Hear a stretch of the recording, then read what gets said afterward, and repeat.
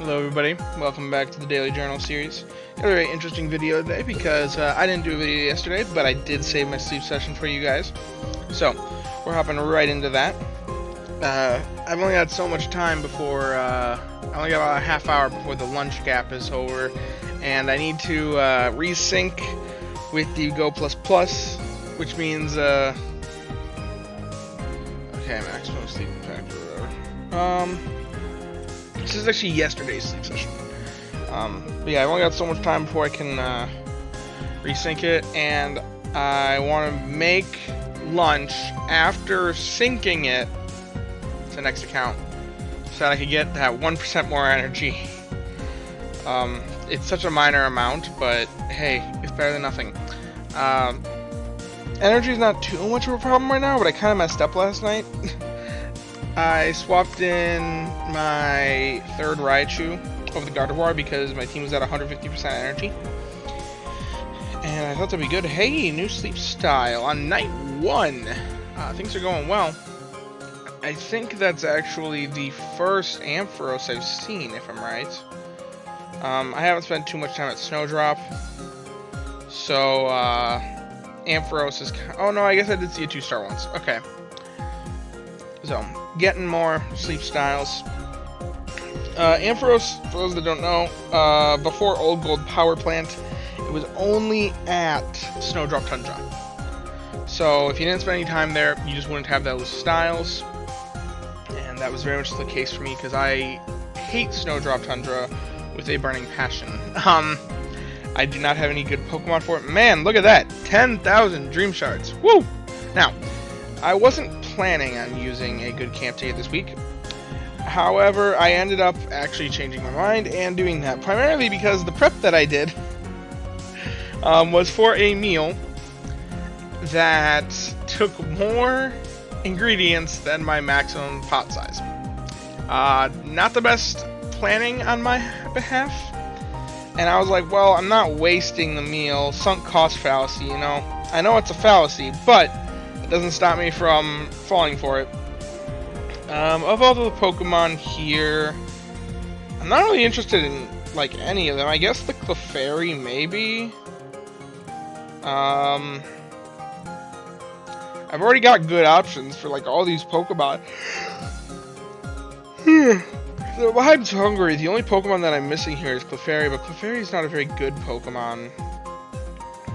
I could use more Skeledirge candies, since I have a pretty good, I think he's a Skeledirge already, but he's ABA, so he's not going to be really that great until level 60. He's one of those that has such phenomenal stats that even with an ABA list, he's going to be outproducing apples like crazy.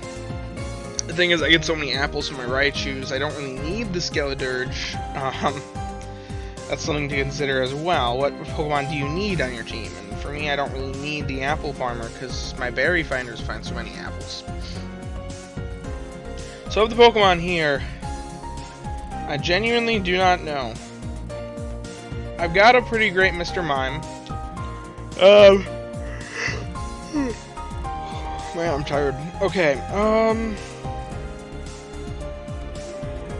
man, I think what we're gonna do here is throw the premium biscuit at the... You know what, we'll go for the Shinx. Just because I got a pretty good Shinx. I can always trade biscuits for candy. And it's Old Gold Power Plant exclusive, which means when I'm not here, I can't be seeing it. That's not the case for other Pokemon that are on the board. So, oh, and yeah, I don't have the extra spawn because this was Sunday nights. That explains why it was so many Dream Shards. I was wondering. I was like, man, that's crazy. It literally is crazy. I also will feed a single biscuit to the Mime. Just because he is hungry and it may mega hit. I like to get a little extra value out of the biscuits, so even if it doesn't mega hit, it's still 3 pips, which is more value than what you normally get out of the biscuits. It's not always the most optimal play, especially if it's on Pokemon that you don't really care for, but it's one biscuit. I've got like 22 extras right now, or 21 more extra stocked right now. As for Pokemon candies to send out right now, I think Dedenne is a pretty good one. A lot of people love Dedenne. It's pretty high up there in the meta, and it's a pretty rare Pokemon, so I personally do not use the Dedenne, but I know a lot of people do, so 18,000 Dream Shards. That is feeling good for once. Alrighty, Shinx, what do you offer? Rash nature. Rash is actually a good nature, I believe. That's ingredient finding up. It's got tomato, oil, tomato. That's a pretty interesting one. With lots of... Well then. This guy, I believe, is actually better than the one that I currently have. Especially for that mixed, balanced ingredient approach that I'm looking at. I'll star it, because he's interesting. A lot of people would love this guy. However, the one that I currently have I know has helping bonus, and helping bonus is one of the most powerful skills in the game, if not the most powerful skill in the game. It's definitely the most powerful on ingredient specialists, especially skill specialists that you keep on your team all the time. But it's not the best at helping them actually produce ingredients, it's just raw power. So, alrighty, we're going to now sync to the Go++. We're not going to review the sleep session, though. I have a few things that I might want to take care of first. Primarily swapping in the Gardevoir. I left the other Raichu on the team because I wanted to be topped off at energy in case I wanted to switch him in again later. Honestly, I don't even think leaving the Raichu in was the worst play. It just wasn't necessarily a good play. Because now I might be a little bit behind on corn production. That's one thing about stockpiling is you forget. I've noticed one thing about using the Go++ for the week, or in general. I used to be pretty good about swapping day team, night team all the time, and swapping the Pokemon off. Now I just put the Pokemon Go++ to sleep, don't think at all about swapping the teams, so I'm more likely to make those mistakes. Okay, well now that I have this team on, I'll feed breakfast. So I've only got like 20 minutes to do that. Alrighty. And you can see the meals that I've been making. So, unlike what we got last week, since we stockpiled these ingredients up, we instead actually have power in our meals. We are putting in those herbs, we are putting in that oil that the Entei is making. We're using just the right amount of corn, milk, and ginger to make the tea time corn scones. And apples. I could have added more apples because I am overproducing them. However, they're the weakest ingredient, so it's the last filler that I want to be using. The apples are strong because of the meals they're in, not because of their base strength. And we're getting like 33k. I know I've seen people that have much more powerful meals than that, but this is significant considering that I'm running a lot of berry specialists. So, this is just a side bonus. And we're hitting Ultra 2 for the morning of Tuesday. This is Tuesday morning. So, we're looking at a pretty powerful team here. Alrighty, now that we've swapped the team around a little bit, now we can review a second session. We got 2 for 1 in this video, guys. I'm debating on possibly doing nap sessions this week, because I do want to maximize odds of shiny Eevee. I would love to get a shiny Umbreon. Umbreon sucks in this game, but I love its shiny, so I don't care. Balanced sleep. That's become my balance, guys. That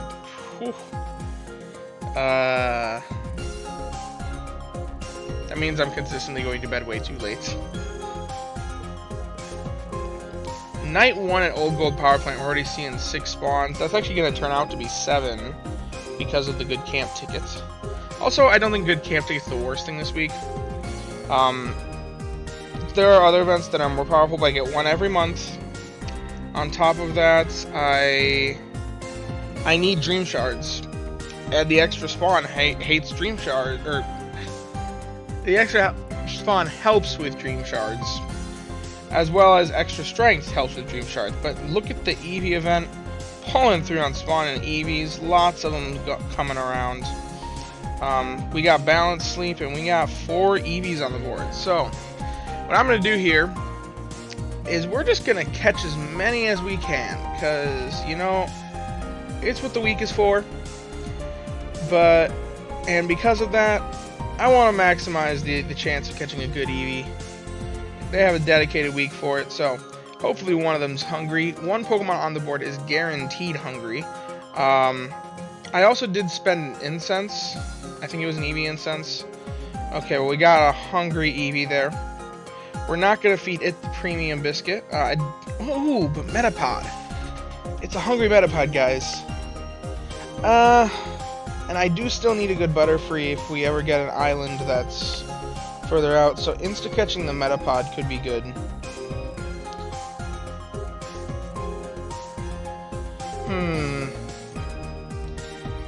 However, going from Caterpie to Metapod isn't all that expensive. Usually it's a good thing to catch evolved berry finders, just because yes, you spend more biscuits. However, in the long run, you save on... Well, you don't save on skill seeds. That Pokemon's going to be pretty much permanently nerfed, because you're not going to be investing skill seeds into it. It doesn't make enough of a difference to justify skill seed investment. However, even though it doesn't justify...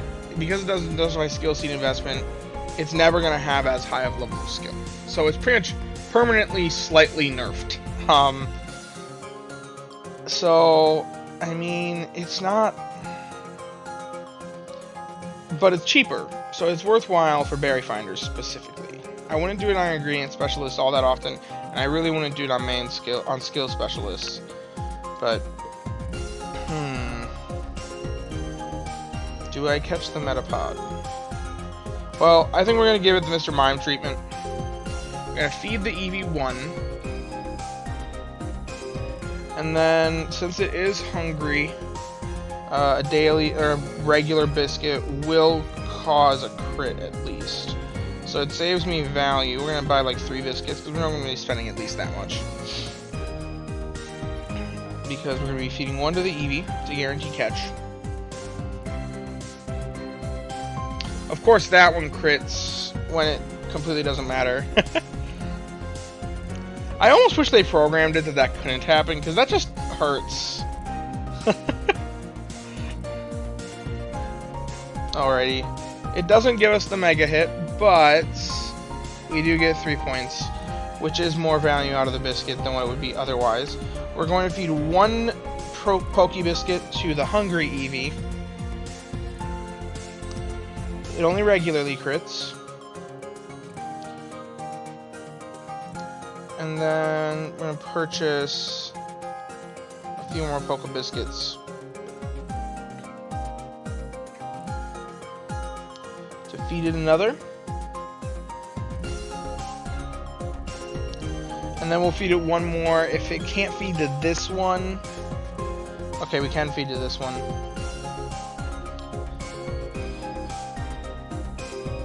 Do we go guns blazing and just dump as many biscuits as we can on the other Eevees? I don't think it's worth the sleep points.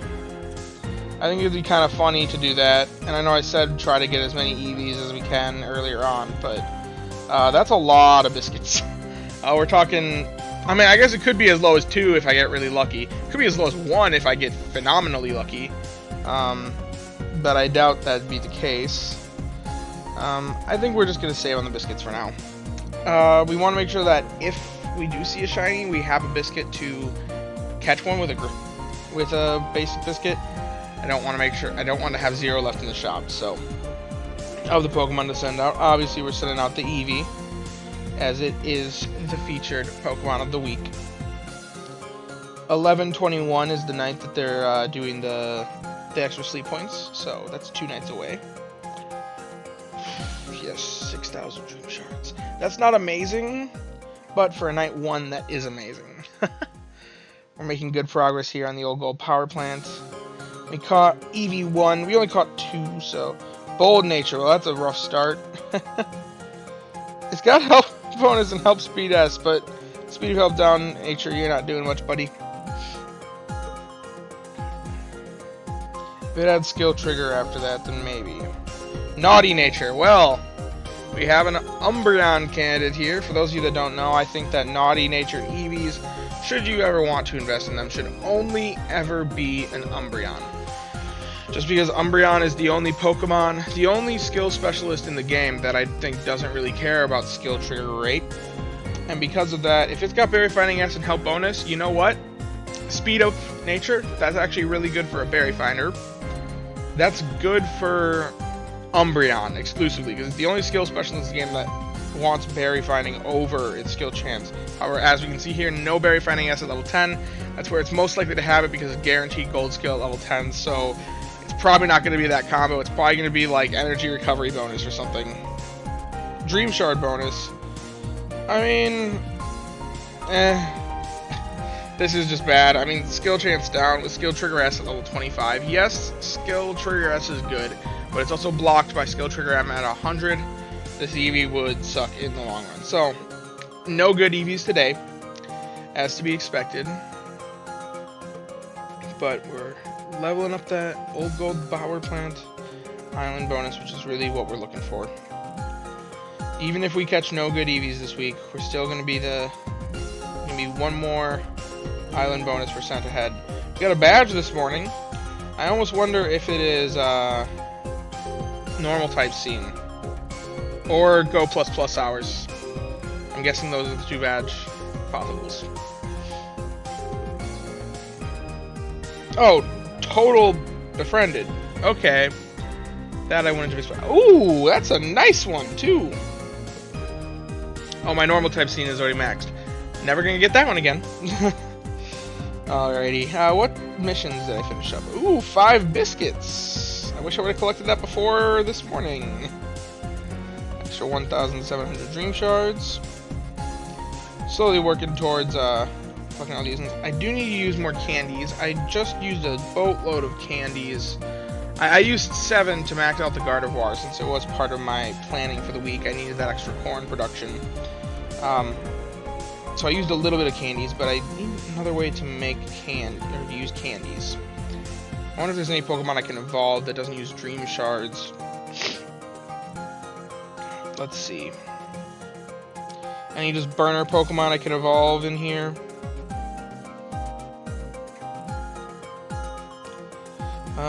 Well, that guy specifically says no evolving. That guy takes a... How close am I on the Vigoroth? He's got the right level, but he would take handy candies, and that's not worthwhile. Because I don't have enough candy for him.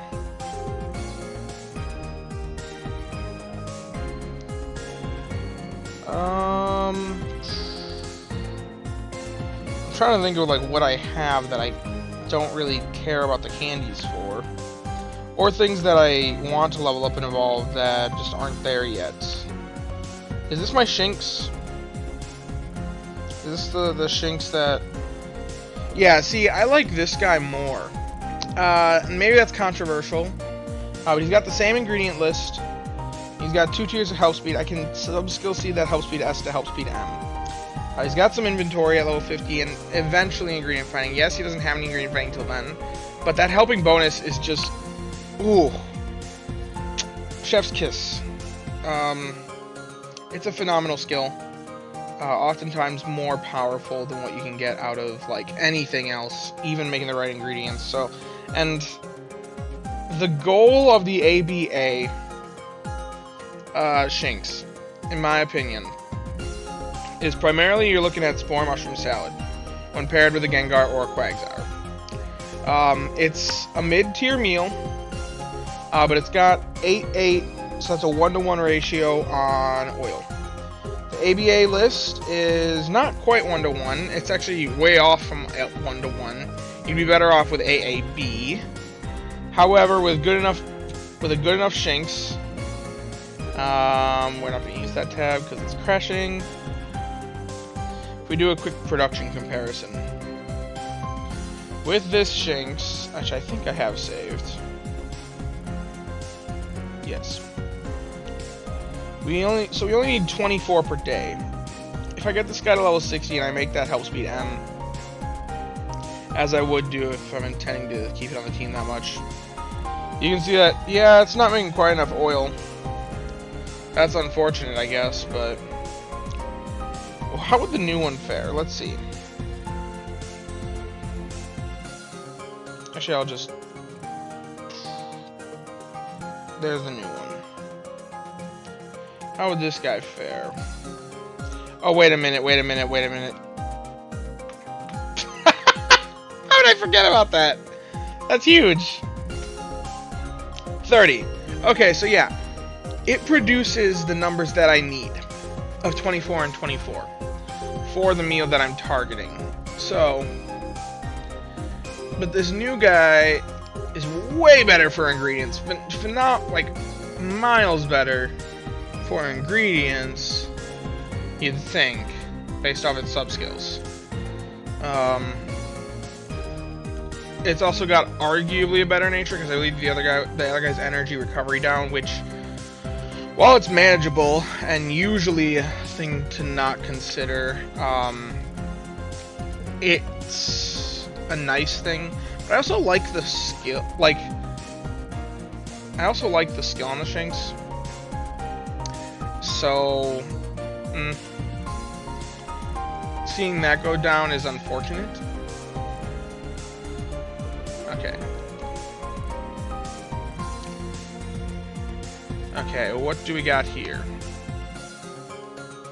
So yeah, we're looking at 6 more oil per day and significantly more tomatoes, like 20, more like 13 tomatoes. That's a decent amount more. But as you can see here, the total strength, this guy's making more berries. And like I said, that helping bonus, the calculator values helping bonus when evaluating individually very oddly. It's a very odd evaluation, and I feel like it doesn't evaluate it fairly. Because, like, if we go into the team analysis here, and let's just pretend that we wanted to take this team. Let's just take a basic new team. And say we're making the meal that we want to make, and we're just throwing together a couple Raichus, you know, the typical business for me. And we got to get that Gengar in there because we got to make the mushrooms. Let's say we get the Gengar to level 60 so that it makes enough mushrooms. I think that should make enough mushrooms. And then if we throw this Shinx on the team, and use a Luxray instead. If I make this help speed M instead, even if we don't go to Old Gold Power Plant, let's say we're just on green grass. And for comparison's sake, and now this Gardevoir is actually level 60, so there we go. If we get this team to level 60 and we're looking at a non-good camp ticket week, and we're looking at salads. Salads is what we're eyeing up, and we're looking at the Spore Mushroom Salad. Like I said, it's more of a mid-tier meal, but the fact that you're covering it with 2 Pokemon, and one of them is my Gengar, which is basically a berry finder, is just phenomenally strong. Sure, the Luxray is only contributing 50,000, but it's buffing everybody else. So the overall is coming to 2.2 million Sleep Strength, or Snorlax Strength, and that's pretty good. If instead we throw on the other Luxray, the one that I just caught, if we make him the level 60, give him the ABA list, and make him have the skill level up M or S, and then 2 tiers of ingredient finding, I'm just gonna put in that for now. With the proper nature, Instead, we're seeing 2.07 mil. So that's 200,000 across the week. That is significant difference there. Granted, I didn't give either of them sleep hours because I don't have sleep hours with them. So if I just make a difference there, it's 2.2 versus, we'll round up and say 2.1 because I didn't look at the ones place on the tens place on the other one. So to be fair, we're gonna do 2.1. That's still like a 5% increase, which I guess is what you'd expect. It's a 4.8% increase roughly. Here, if I get more precise. Where's this guy?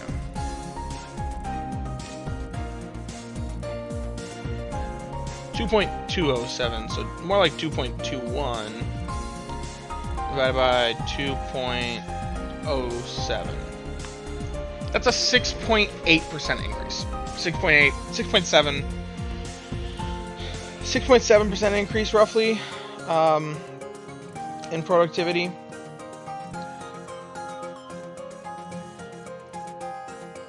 Yeah, that's nuts. 6.6% increase by having the helping bonus, which is actually better than what you'd expect by the wording of the game. However, it's not better than what I'd expect because look at this. They've each got helping bonus, and if you know how the math works in this game, helping bonus stacks with each other. Each helping bonus makes the next instance of helping bonus stronger than the last. And if you can get 4 with helping bonus, that's when you start hitting that. That's when you start hitting the point where you don't really need another help bonus Pokemon on the team, because adding another one to the team actually surpasses the limit for how much benefit you can gain from sub skills, that 35%, because you're getting 20% from the helping bonus. Adding help speed M on top of that, you get to 34%. There's a hard cap of 35%, so the 5th instance of help bonus does nothing for any Pokemon on the team, where it does a 1% more boost. It's a 5th of its value to any Pokemon that have just help speed M, which in this case is 4 of the 5 Pokemon. Will eventually be the 5th Pokemon once level 75 comes out. That Gardevoir will be reaching that as soon as I can get it there. It's probably going to take a boatload of Dream Shards, but help speed M is huge on all Pokemon, so getting it there will be very nice. So having a full team with help speed M, I don't need a 5th help bonus Pokemon on this team. This team is phenomenal, and I can't say too much against it. And that's why it comes out to be more powerful, like significantly more powerful, despite being worse for ingredients. But it's still meeting the minimum threshold for the ingredients for the meal that I'm targeting to make. So that's kind of what I think about that. Anyway, I was trying to figure out which one I wanted to invest in. That was kind of a bit of a tangent. But given that that's the purpose of the ABA Luxray in my case, I want to invest in the one with helping bonus. It's overall a better investment for the plans that I have for it, the possible plans that I have for it, and yeah, so we're going to evolve this guy, because we want to use up some candies. That's pretty big. What? Shinx is evolving. It's going to be a Luxio here in a minute.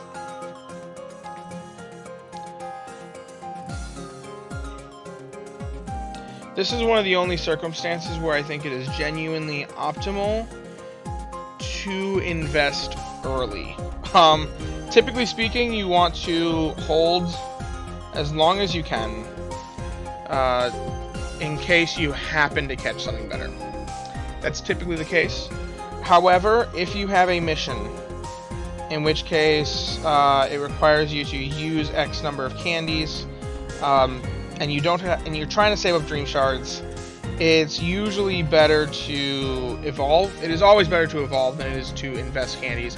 And investing candies as well you're usually investing in something that's lower level, meaning it's costing you less dream shards on even the dream shards that you are spending. Like you saw, I spent some dream shards in candy to get to level 23. That's just to get it to the evolution point, the break point, which is important. And then we'll see how many candies I still need to spend. And maybe we'll spend it on something that we're genuinely investing in. Probably maybe the Quackable. I'm trying to level that guy up. Those of you that have been following the channel for a while know that that is one of my long-term goals, to get that Quackable up to level 60.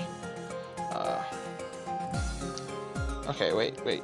I know that I saw I got one of the candy missions, but I think that was the weekly one, not the Eevee one. Oh no, it was the Eevee one. Was there another Eevee one? Or another weekly one?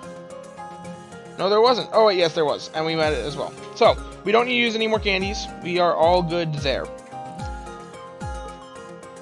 Alrighty. So we got the free Eevee candy. And we got the free diamonds. Now, would you look at that? It lasted us so long that we ran into lunch for the next week. Or for the next meal. So you guys get a 2-for-1 special here on sleep sessions and on meals. Would you look at that? Tea time corn scones, making them again. And then this time the excess ingredients that we have is just oil and tomatoes. Here I think it's actually safe to use a little extra apples. Because by the time dinner comes around, I'm definitely going to have enough apples to make it. I'm way over producing apples, and now we've got 6 hours because it is just afternoon, so 6 hours I'll definitely produce enough apples for that. And we got to level 42 on the Tea Time Corn Scones. Let's see, what actually is my projection for the week with the Entei?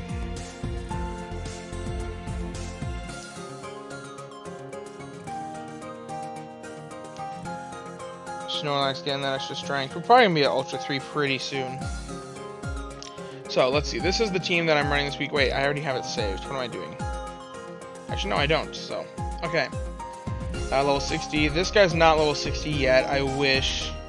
But he's got that XP gains down, and yeah. We're looking at desserts. Not the Zing Zap Spice Cola. We are instead running the Tea Time Corn Scones. And they are now level 42. I'm going to put them in as level 41, though, because that's more accurate. Well, we'll make them 42, because they should eventually hit level 43. And then the difference will be made up across the week. So, I think as a better estimate is to put it in as level 42. And we do indeed have the event bonus. Let me make sure that's plugged in. It was not. So that's good for those other things. Good camp tickets active. And yeah. So, this is what we're accurately looking at for the strength of the meal. Oh, I forgot to put in the advanced options though. I know we had 261 corn. We had actually more than that, but had 189 milk and we had like 81 ginger. At least that was like my target numbers. So, no, don't want to see that. Okay. As you can see, we got enough, we have enough ingredients across the week, making an excess of 24 apples a day, so we'll have plenty by dinner time. Yeah, and we're looking at... What? Oh, wait, this is for green grass. That gave me a... I was like, what? I forgot that I had a green grass. Okay. This is for Old Gold Power Plant. This is. Let me make sure my island bonus is set correctly, because I know I was looking at my theoretical maximum the other day, which is like if I got it to level 75%. 30 is what we're actually at. So we're looking at 3.5 mil, roughly. That is a lot. For those of you that don't know, that is well beyond Master 20 on green grass, pushing Master 20 on Cyan. Not quite. I think it's like 3.6 mil. Like 3.6 something mil. So that's still absurd though for just barely barely trying. I didn't do anything really all that insane, but 3.5 mil, and I'm actually burning something suboptimal with the Entei. So that's kind of how this is looking. Master 14, I wish I could break that Master 15 barrier, but unfortunately that is just too far away. I don't know what Master 15, I was looking at this the other day, and Master 15 is, on Old Gold Power Plant, is 3.7 mil. So even though that seems close, like, oh, you're at Master 14, can't you just push to get one higher? On Old Gold Power Plant, that's 200,000 difference. In 1 week, that's pretty significant of a difference. I could spam whistles, and I bet I could get there, but, well, what's the reward for Master 15? I actually don't know what the badge is. Because I know there's a badge for every 5 for after a certain point. I don't know what the Master... It's a handy candy... 3 handy candy S. I guess that's a good thing, because that helps me level the Quacklevolt. I don't think it's worth that many Helper Whistles investments. I think that's more something I want to save for a Master 20 week. A week that I can push to get Master 20 on a new island. As you can see, my Lapis Lakeside is actually my lowest, interestingly. I've reached a higher point on Old Gold Power Plant than I have on Lapis ever. That makes sense with the teams that I have, but on most players' accounts, that is not the way this looks. Especially since nobody has beyond... Theoretically, the theoretical maximum you could have right now is 35% on Old Gold Power Plant. And that's if you sacrificed your island bonus from the Halloween event on Old Gold Power Plant. Either by going there or by transferring end of week. So, yeah, we're looking at Master 14. Which is pretty impressive, especially since I wasn't originally planning on using the good camp ticket. I should get plenty of Dream Shards, and I know, but by the point you hit about 2 million Snorlax power is when you're able to split sleep sessions. As long as you're getting a 50-50, I believe you should be able to get 8 spawns for both sleep sessions. So that might be around when I start. I might do it a little bit earlier than that, because getting 8 and 8 isn't necessarily mandatory for optimal play and maximizing the Eevee spawns. I'm just pulling up this this infographic. This is from the Sleep Discord. Old Gold Power Plant takes 97 million drowsy power, which only requires Ultra 5, which is interesting. You can see that it kind of goes up from Master 1 to Master 2, Master 2, Master 1, Master 5. It goes up and then back down, because even though these numbers are higher, the rank takes more. So U5 is what it takes,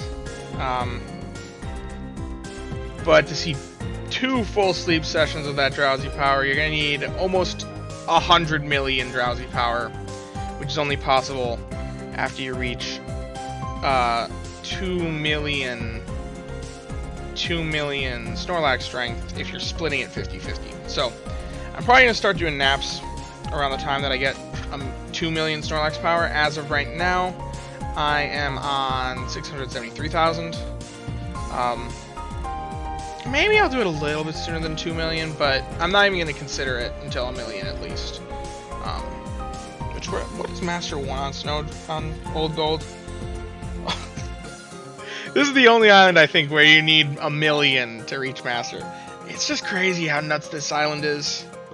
And it's crazy that I do so well at it, guys. I don't know why I've been blessed with such an Old Gold Power Plant team, to the point that, like, if this event was just a few weeks later, you know, I'd be looking at, instead of Master 14, I'd be looking at Master 17. Island bonus makes a huge huge difference. 4.7 million. If we were instead looking at like Siam, that'd be Master 20. Top, that'd easily be Master 20, I feel. That'd just be absurd. I don't know what would it be on Snowdrop? 5.7 mil. That'd be 4.7 mil would be Master 20 on Snowdrop. We'd be pushing Master 20 on Snowdrop levels, which used to be at one point in time was the hardest achievement in the game. And now this number is possible. Now for me, it's not possible on Snowdrop. That's a ways away. But that number, the Snorlax strength number, is actually achievable to me. These numbers that looked impossible to reach in the past are starting to be within the realm of possibility, without whistle spam and wailing. So, I hope you all have enjoyed the video. If you have, be sure to leave a like, subscribe, comment something down below if you think of something to say. I always do like to respond to them. So, yeah, I thank you guys for watching, and I hope you have a wonderful day.